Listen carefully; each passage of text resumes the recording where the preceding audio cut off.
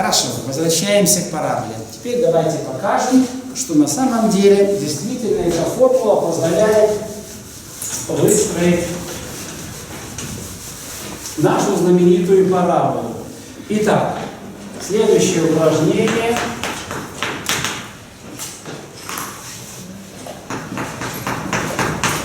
Мы бросаем тело под углом альфа к горизонту.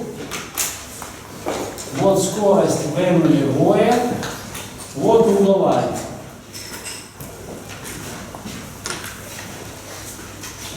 Что говорит формула? Хочешь найти перемещение? Ага, давайте сразу изобразим ускорение свободного падения.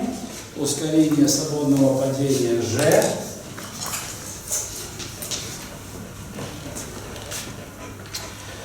В любой момент времени t перемещение — это сумма двух векторов. v нулевое t и at квадрат пополам. Но у нас a равно g. Поскольку мы рассматриваем движение под углом горизонта. Училось сопротивление воздуха, мы пренебрегли. Поехали. Значит, через 1 секунду v нулевое умножить на 1 плюс g умножить на 1 в квадрате пополам. То есть получается, что это 1/2. То есть я должен к этому вектору добавить половинку вот этого. Это будет вот так. Значит, точка будет вот здесь. Через 2 секунды v нулевое умножить на 2. Это 2v нулевое. Плюс 2 в квадрате 4. 4 разделить на 2. Это 2. Плюс 2 вектора g. Значит, откладываем еще один вектор v, аккуратненько под линеечку, v нулевое и 4g. Раз, два, три, 4. Вот точка. Через 3 секунды получается 3v нулевое, 3 в квадрате 9, пополам 4,5. Значит, 3 вектора v нулевое и 4... Ой, стоп. Вот тут я уже, ага, сори. Вот. Все правильно. Начал за здравие, кончил за упокой. Уже думал о следующем. Здесь было 2, 4, 2 в квадрате 2. Теперь 4,5. Вот оно. Раз, два, 3, 4,5. И вот, ребята, появляется красавица парабола. 5. Дальше вы уже поняли. Когда пятая, значит, первая, вторая, четвертая. 4 в квадрате 16 пополам 8. Значит, еще туда и 8 раз. Мы попадем, ну давайте я вот уже не дотянусь, наверное, но сколько дотянусь, нарисую. Вы можете построить все это дело на компьютере и убедиться, что действительно получается парабола, ветви которой направлены вниз. Вот это дальность полета S, вот это максимальная высота подъема. На практике мы это все вычислим, аж максимальное. Но обычно берут в проекциях и записывают так. X от t. Движение по x. Ось x направляют традиционно горизонтально. Этот вектор вертикален, а этот вектор горизонтален. Этот не имеет проекции на горизонт. А этот имеет. Нужно умножить на косинус альфа. То есть v нулевое косинус альфа умножить на t. Синусы и косинусы вы уже знаете, верно? Вот. Y от t. Это будет проекция вектора на эту ось. Уже не косинус, а синус. Значит, здесь будет v нулевое синус альфа умножить на t. Но ось направлена вверх, а вектор g вниз.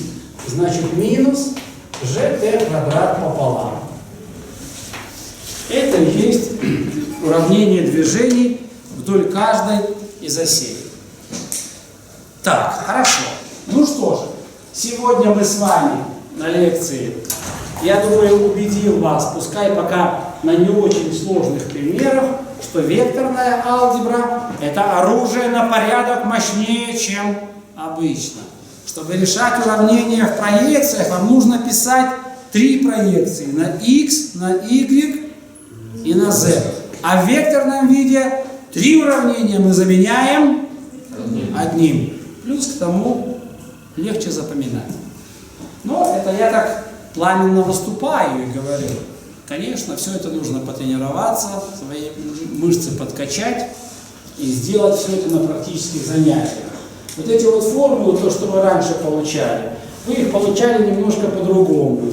Вы аккуратно рисовали, например, зависимость скорости от времени ВТ, взяли проекции. Проекция убивает вектор, она превращает вектор в число, в скаляр.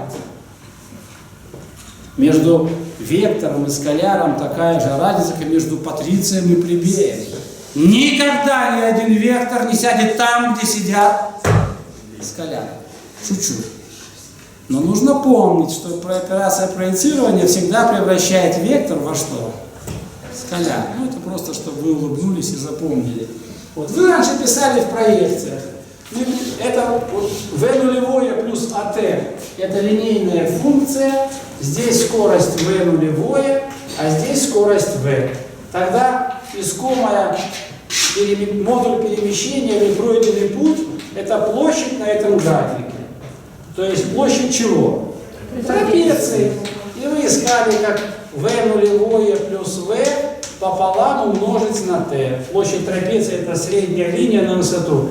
Эта трапеция, ее какой-то хулиганчик опрокинул на бочок, она неправильно стоит, продырявил барабан, как у Маяковского, все, но от этого площадь ее не изменилась.